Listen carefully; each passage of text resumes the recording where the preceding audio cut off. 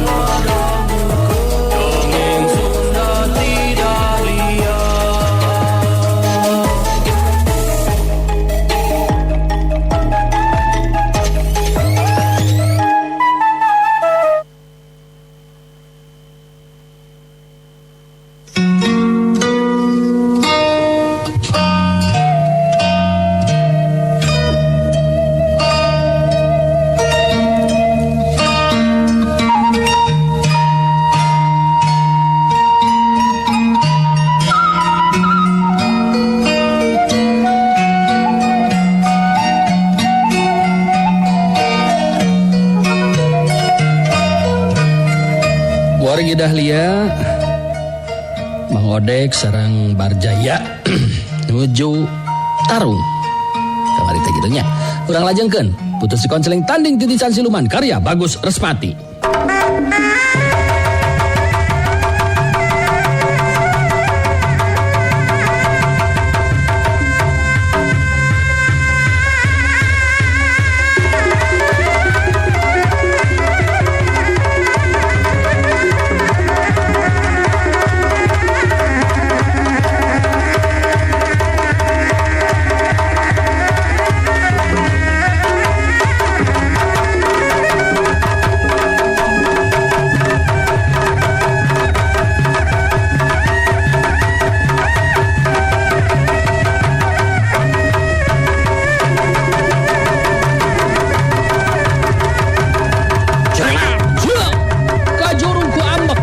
Rasa penasaran harita Barjaya maju dina rajang malah leuwih ngaronjatkeun daya panarajangna. Tapi kanyataan nu karanapan ku Barjaya jadi teu kaharti ku pikiranan. Sabab harita katingali Mang Odek mampu ngimbangan gerak panarajang anu jadi lawan. Antukna bantrokan dua kekuatan tanaga lapisan anu dipusirkeun dina leungeun masing-masing pikeun anu kadua kalina teu bisa disinggahan deui. Subak ludas. Daya dina mangsana bantrokan kekuatan tanaga lapisan anu kadua kalina Barjaya deui bae anu ngadalik deug mundur ka tukang. Ningali kana kanyataan seperti kitu si Dugul Waru jadi keseleun hatena. Harita si Dugul Waru ngagerndeng ngomong sorangan dina jero hatena. Kunaon si Barjaya ya? Ku aing geus dititah kudu gancang-gancang diperenan ta si Sodek. Tapi kalau gaya sing hede aing teu ngarti. Padahal si Sodek tengah gerbang deh. Oh tapi kemampuan anak baca kamari penting gitu. Itu tengah harti ku aing bang. Tinggal si kaki mah aing kudu bantu ieu bayo. Jorelan, jeung. Lantaran kesel ku kalakuan Barjaya anu rea miceun waktu anu akhirna Mang Odek anu ngaluarkeun kemampuan jiga kamari penting. Kalayan harita si Dugul Waru jadi ngagajeleng loncat maju ngabantu ngahurup ka Mang Odek. Uguh be mun aya anu kabener ngabandungan bakal kagetan ningali si Dugul Waru jeung Barjaya ngahurup jalma seperti Mang Odek anu memang nilik dina kanyataan mah jeung kaayaanana. Taya cupat jalma jago saletiga-tiga acan.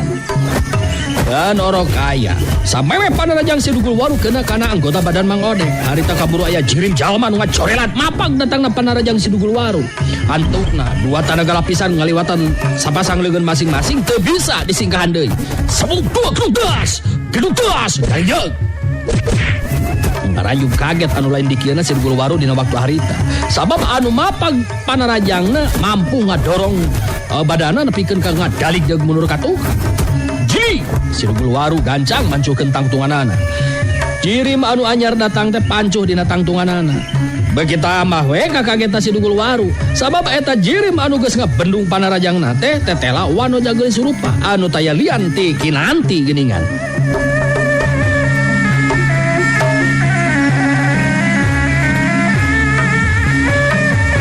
Sedangkan kaayaan Mang Odek ngadadak jadi leungit daya kamampuhanana. Harita badana ngabangkieng ka tukang kabeunangan ku tenggelan Barjaya. Samukiu tuas bangkieng.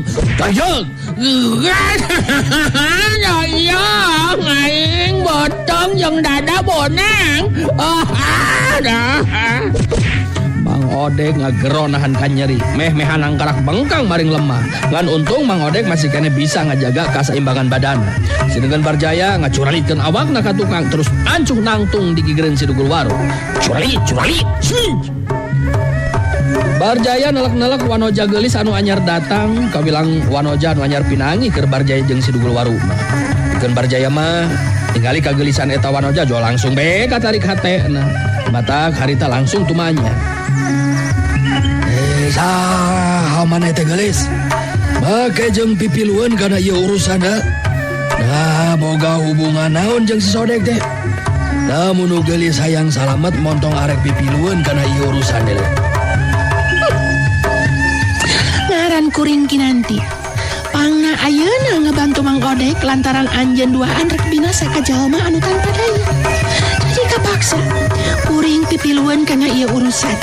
Jadi lamun arek binasa ka Mang Odek anu ngarti kudu adu hareupan jeung diri kuring.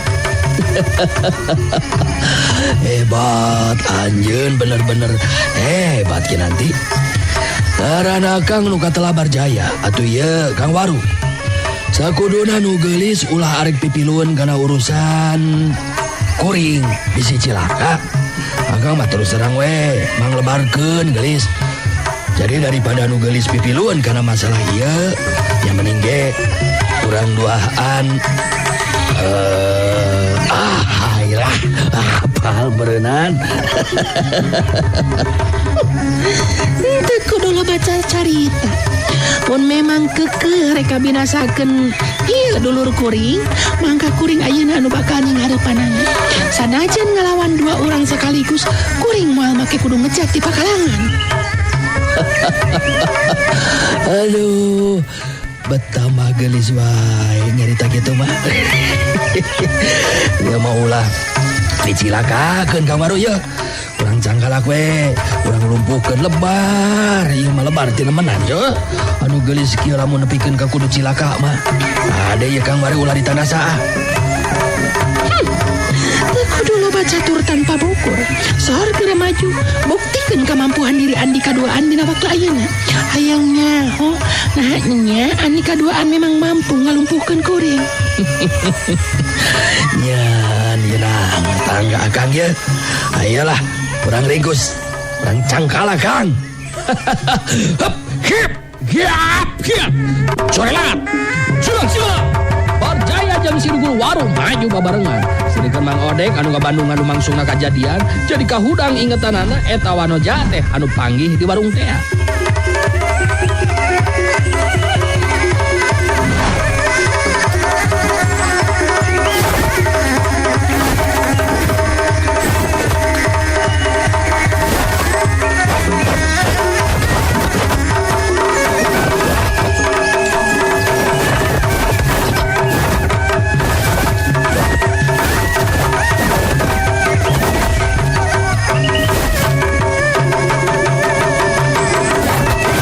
Harita si Dugul Waru jeung Barjaya ngarangsek ku panarajangna bangun henteu mere kasempetan kanu jadi lawan. Karep maranehna duaan memang kinanti rek dilumpuhkeun moal ditangasa.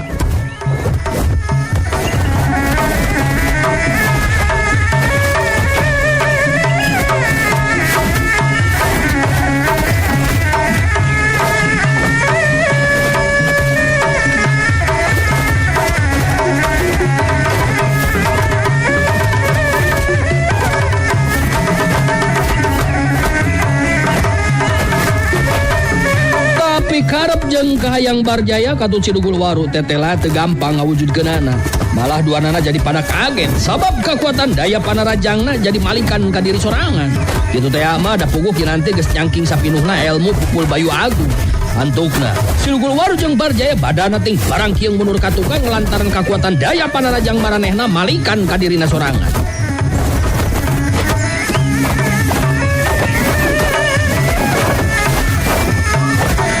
Bari ting harega katur napasna Barjaya jeung Sidugul Waru silih rere. Ternyata anu ayeuna di sing hareupan dina waktu harita tetela di luar dugaan maranehna duaan. Sidugul Waru harita ngomong lalaunan ka Barjaya. Edan ieu bukan deh. Tetela teu sambarangan geuningan ilmuna Barjaya. Teuing boga kekuatan naon ieu? Anu jelas kekuatan panarajang urang duaan buat kalaka jadi malikan ka urang sorangan geuningan ieu teh. Bener Kang. Aduh, kuring oge teu ngarti. Kunaon bisa kieu ieu teh? Nu jelas urang teu kudu asa-asa deui mah. Kudu dinyakeun ya ayeuna mah ieu Kang. Kinanti netep seukeut kadua lawana bari terus nyarita. Coba rek kumaha ayeuna karep jeung tindakan andi kaduaan. Nah masih kene tetep rek neruskeun pamaksudan. Namun memang masih kene untuk pansur geura maju deui kukuring tangtu bakal dilayanan. Ulah waga sombong geulis. Sanajan kumaha hebatna nu ngaran Bikang mah moal bisa ngungkulan jalu deuleu. Kangaranan Bikang mah tetep dihandap moal bisa di luhur geulis. Awas tanah yeuh. Hiap. Jogela, siung. Barjaya jeung Sidugul Waru maju deui na rajang. Panarajangna ayeuna mah geus teu asa-asa deui. Maranehna duaan ngagunakeun tenaga lapisan sapinuh sabab ngarti wanoja geus rupa anu ngaran kinanti nyata nyangking ilmu nu kabilang punjul tur teu bisa dianggap enteng.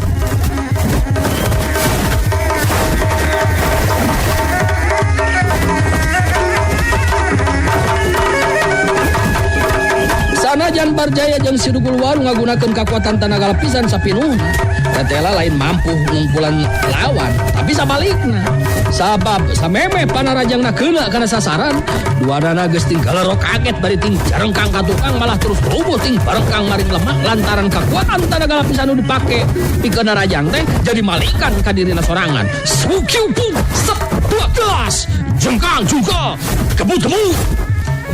Barjaya jeung Sidugul Waru bener-bener kaget anu lain dikieuna karena kejadian anu karenapan ku dirina dina waktu harita. Kenyataan meh teu disangka ti anggalna.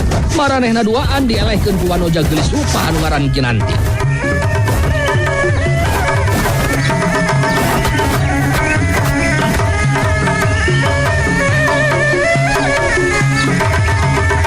Barjaya jeung Sidugul Waru jadi ngarti jeung kabuka matana ayeuna mah sabab Kinanti tetela wanoja anu mibanda ilmu anu leuwih punyul batan maranehna duaan. Kinanti harita maju ngalengkah ka hareup saterusna ngabagikeun paneteupna ka Barjaya jeung Sidugul Waru anu rek ting karoneal huda. Lila Kinanti terus nyarita dina sikap anu tandes ngandung ancaman. Kumaha? Masih kene keukeuh rek neruskeun pamaksudan. Kuring ngandeskeun ka andi kaduaan. Namun andi kaduaan teu buru-buru ingkah tieu patempatan. Mangka ulah nyalahkeun diri kuring lamun kuring bakal ngalakukeun tindakan anu kejem ka andi kaduaan. Sanajan kuring awewe moal make kudu bingung atawa ngarasa risih mangsa kudu ngabinasakeun lalaki-lalaki kawas andi kaduaan. Sikap jeung caritaan Kinanti anu ngandung ancaman seperti kitu ngajadikeun Barjaya jeung Sidugul Waru jadi sentar hatena. Sabab nilik kana kemampuan ilmu Kinanti anu pinunjul eta ancaman teh memang bisa jadi kenyataan. Sadar kana kaayaan anu keur di singhareupanana, akhirna Barjaya jeung Sidugul Waru nangtukeun sikapna pikeun indit ninggalkeun eta patempatan.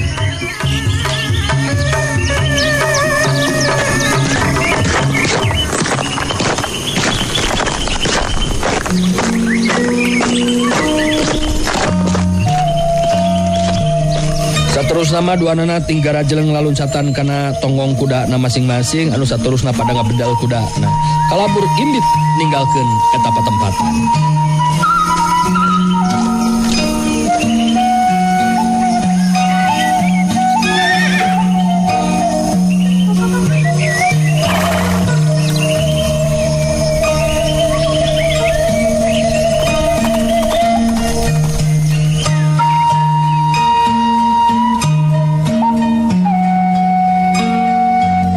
Mang Odek anu tita tadi molohok mata si meuten ningali kana kamampuan Kinanti harita terus datang nyamperkeun ka Kinanti.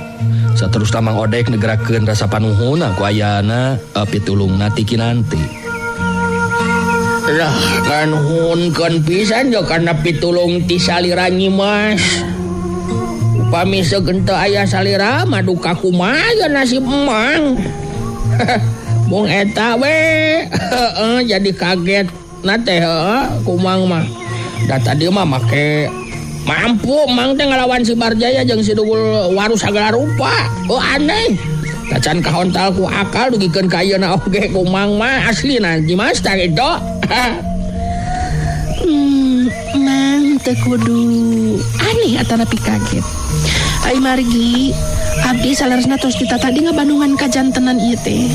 Anu salajengna abdi ngahaja mentangkeun kakuatan ilmu abdi pikeun nyalurkeun ilmu sareng kakuatan tenaga lapisan ka Mang Odek. Supados Mang Odek tiasa ngalawan Barjaya. Janten emang teu kedah ngaraos aneh sareng kaget.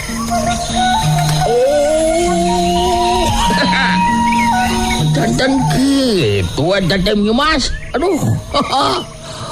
Paingan atuh ari kitu mah aduh.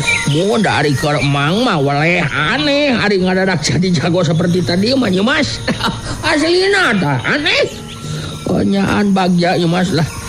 Kubantosan ti salira Nyimas. Tadi mah Barjaya oge tangtu kagetun sabab emang adadak jadi jagoan tadi mah. Ngan saatosna Nyimas datang nemungkeun diri kamampuan emang adadak leungit. Jadi bae kabeunangan dicium ku tenggeula si Barjaya. Ngankeun bae ketang da maranehna oge geus dibalas geuning ku Nyimas. Ya abdi satadina memang tos gilig dina hate. Moal mere ampun ka eta dua jalma teh mah. Upami maranehna duaan keukeuh dina sikap jeung pamaksudanana. Duh, satuju pisan eta mah ya Nyimas. Da ari sabenerna mah si Barjaya jeung si Dugul Waru mah memang kedah diperenan Nyimas. Ngan nya kitu teh deui. Lamun urang merenan ka jalmi anu geus tanpa daya, naon bedana diri urang jeung maranehna. Pokona mah jadi jelema jujur cager bager jeung pinter mah rea pisan bogoda. Nah. Ya atuh Mang merasa kali deui nganuhunkeun kana bantosan Nyimas. Tawi salira teh atos merhatikeun sareng karunya ka Mang. Mun da sakumaha nu kantos diobrolkeun ku Emang waktu di warung teh apana nuju ngemban pancen ieu teh. Jadi Emang seja nepungan nyuhunkeun pitulung jeung bantosan Eyang Toto Suroto sareng Uyut Upik. Tabib sakti teh anu tetela geuning Barjaya jeung si Dugul Waru oge boga maksud anu sarua Nyimas teh. Ari kitu kaayaanna mah Mang kedah enggal neraskeun deui lampah Mang. Abi ngajurung laku ka Mang. Ai margi kaayaan santana memang kedah enggal-enggal ditulungan. Pamisanes ku tabib sakti mah moal aya nu tiasa ngalandongan kitu teh ari ceuk abdi mah Mang. Mohon laras kitu Nyimas. Jelas ieu mah Mang kedah langkung dipayun yo dugi ka tempat padumukanana ulah nepikeun ka piheulaan ku maranehna. Dengan eta we Mang mah lumpang hari itu maranehna duaan mah narumpak kuda. Mantap rada. Salempang ya teh Mang oge Nyimas yo. Ulah wakalit mana Mang. Malihan ari ceuk abdi mah Mang Odek tiasa enggal dugi ku cara mabah tanapi motong jalan. Puguh hari nganggo kuda mah jalan anu di sorang oge. Moal tiasa jalan anu satapak kajabi jalan pilemuran. Eta ceuk abdi mah kauntungan ke Emang. Kayak ku abdi Mang dipasihan terang ka mana tempat dukun sakti eta atau tabib sakti eta Mang. Luh.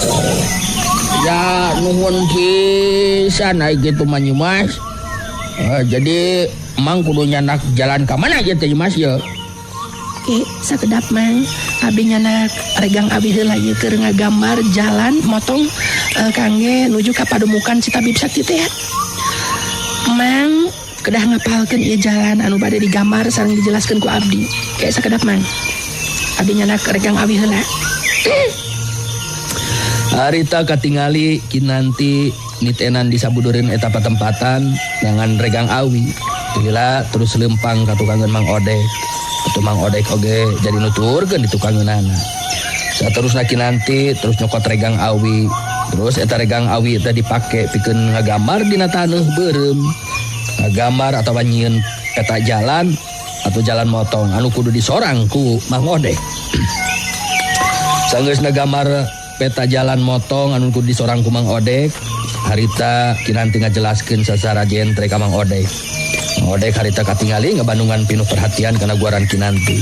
Geus kitu mah kinanti mungkas kateranganana. Janten kitu Mang.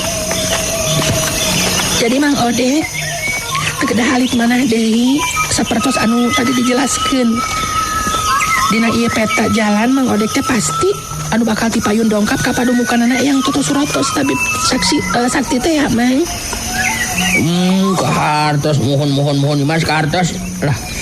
Mang pasti oge nyanak jalan luyus arang peta anu digambarkeun ku Mas yo. Dari dupi salira Mas yo. Bade teras kabujeng ka mana atuh ari ayeuna? Ya, ari abdi mah bade wangsul deui ka lembur abdi mah. Pokona mah abdi ngiring ngadoakeun muga-muga santana sing enggal tiasa waluya deui saperti bihara-bihari anu mawi Mang kedah enggal angkat Mang. Ras kitu nya Mas tah. Mohon atuh ayeuna mah urang sami-sami lumampah we. Sakali deui Mang ngaturkeun nuhun kana bantosanna ti salira Nyi Mas nu tos nulungan Mang tina bahaya pati sareng tos nuduhkeun jalan anu motong ka pademukanana Eyang Toto Suroto sareng Uyut Upik. Ya mohon atuh mangga Nyi Mas. Mang Odek ya angkat dipayon. Geus kitu mah Mang Odek jeung kinanti terus papisah. Masing-masing nyorang lampah sewang-sewangan. Malah Mang Odek kawilang gancang lempangna make jalan motong teh anu geus digambarkeun atawa di petaku kinanti teh sangkan bisa datang leuwih ti heula Batan Barjaya jeung Sidugul Waru anu pada narumpak kuda anu memang boga maksud jeung tujuan anu sarua.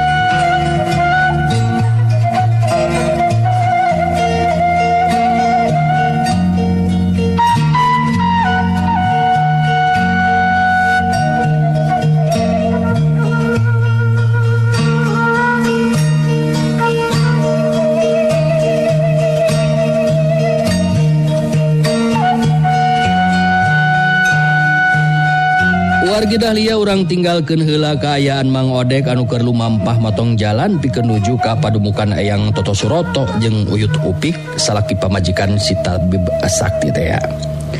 Caturkeun harita di babakan Balapati. Injani puguh hari hate mah geus teu betah aya di babakan Balapati teh. Tapi teu bisa majar kumaha. Da puguh memang geus janji ka si Kamprong bakal ngabaturan salila acan laksana pamaksudan males pati ka si Garang Larang jeung Barjaya. Dina poe eta si Kamprong ngajakan jalan-jalan ka Injani ningali pemandangan alam anu endah anu aya di daerah babakan Balapati. Tapi ke tempat anu dituju, terus harita si Kamprong ngajakan ngobrol. Si Kamprong ngajelaskeun ngeunaan kahirupan pribadina anu salila ieu terus-terusan neuleuman ilmu pikeun ngalunasan janjina ka Nyai Mayang Sakti anu jadi calon pamajikanana.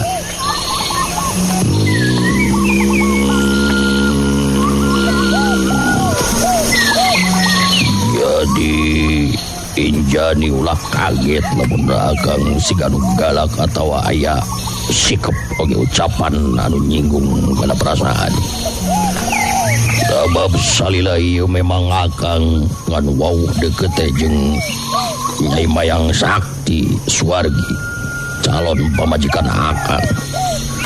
Anu memang akang jeung almarhumah tos dijodohkeun ti orok beureum keneh. Jadi ampura be upama akang sok rajen sentak sengar ka Injani. Sebab saumur-umur terus terang kakarak ayeuna wawuh jeung wanoja salianti Nyai Mayang Sakti.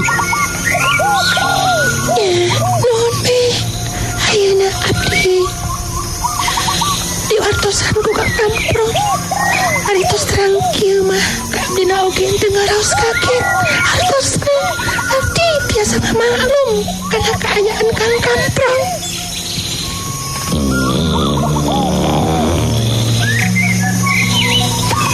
Ya syukur be atuh ari kitu mah. Memang dilebah masalah neuleuman perasaan jalma mah akang rumasa tinggalin. Badak akang terus terang ngerasa gudawang ya hate ditinggalkeun ku Mayang Sakti teh. Sabab akang meseuh diri neuleuman ilmu sangkana akang bisa ngajaga ngariksa Mayang Sakti. Tapi ari akang aya geus masagi ku pangarti. Mayang Sakti geus ninggalkeun akang ku cara anu teu wajar. Duka kumaha kahareupna sanggeusna beres ieu urusan. Nah ya wanoja nu resepeun jeung narima ka akang geus sayana. Sakumaha Nyai Mayang Sakti anu resepeun jeung narima ka akang sayana. Ulah sasauran kitu Kang. Margi ari ceuk abdi mah Kang Kamprong pameukeut anu baris mampu ngaruntakeun hate wanoja. Jalaran Kang Kamprong aya paripaos rupa teu minta patut teu nganjuk dedeg sampe rupa hade maksud janten abdi teu berjanten upami teu aya anu katarik ati ku salira.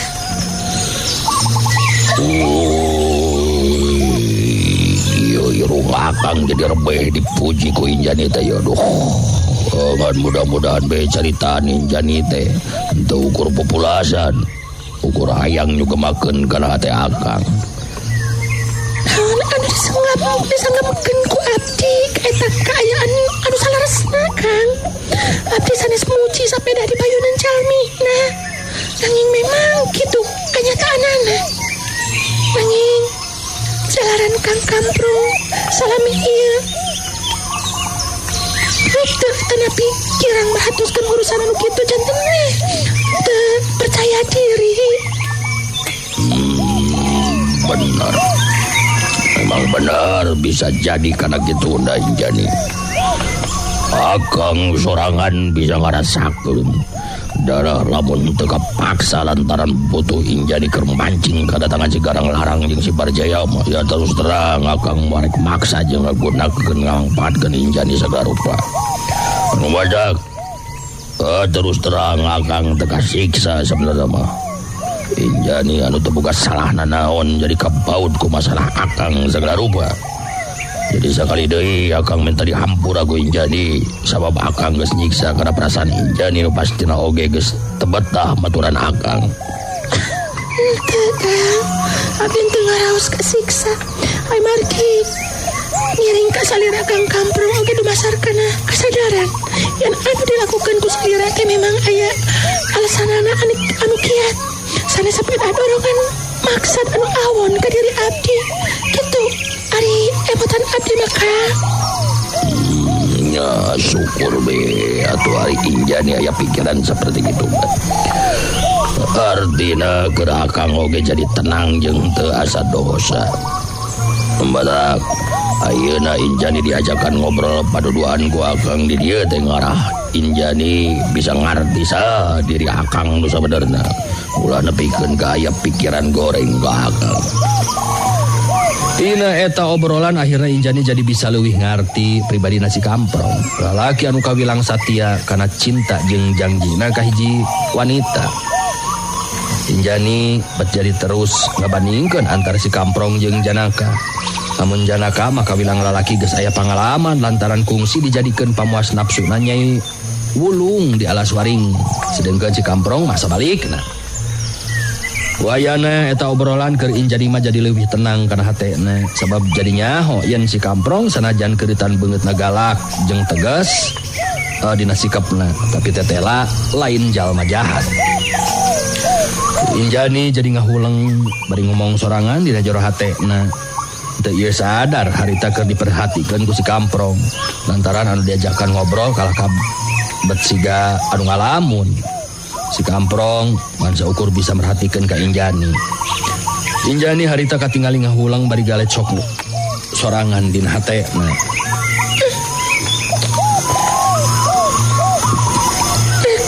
Lamun kieu mah keur jadi aing.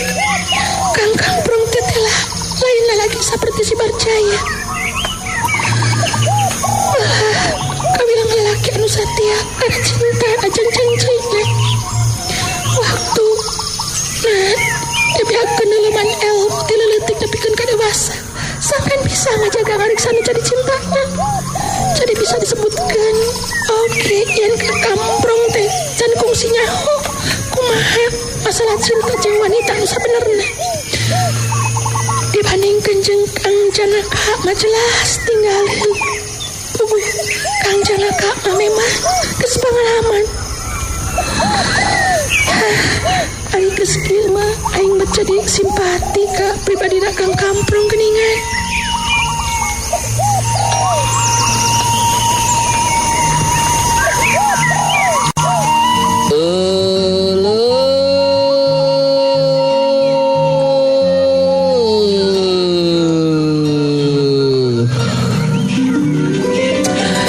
Geuningan eta waktos nawargi parantos teu nyekapan deui wae. Kedah diecakeun deui wae ieu serial si konseling dinten ieu si hapunten anu kasuhun. Jalaran waktosna parantos seep. Alakeun insyaallah lamun enjing urang lajengkeun deui kumaha lalampahan Injani sareng si Kamprong oge Mang Odek anu bagdeka tabib sakti teh pikeun nulungan santana Barjaya oge sami bade tabib sakti sa tujuan sareng Mang Odek bade naon teh ngalandongan sigarang larang dan urang sakedik-sakedik ieu nya mohon atuh dinten ieu sim kuring Bundaran Mary sejamit mundur amit mungkur ka sadayana hatur nuhun ya sadayana tos saratia teras pararanco dina radio Sabang-Sabangan Bahjah Yoyo pabrik kerupuk Sarina ngador official tim sadayana mohon di Pasir Koja dan juga Rempah hatur nuhun manco teras pokona mah dikumkeun lah sadayana mohon anu saratia teras ngadaungkeun dongeng Sunda siapunten teu tiasa ka absen hiji-hiji anu nga-WA anu ngalangkungan komen dina Facebook atau di TikTok siapunten anu kasuhun dikumkeun ku sim kuring kasadayana hatur nuhun. Apunten tina samudaya kakirangan kalepatan wilujeng kantun kasadayana permios. Assalamualaikum warahmatullahi wabarakatuh. Panteng radio Panteng Dahlia enak-enak langganya Dahlia berubah gogo goyang. Wargi Dahlia cag heula urang ecakeun heula dugi ka dieu dongeng Sunda ti Dahlia dina dinten ieu. Dina carios si Komceleng Tong hilap ulah dugi ka kantun enjing patepang dangu deui dina acara sareng tempat anu sami mung di 101,5 FM Radio Dahlia. Wilujeng Kantun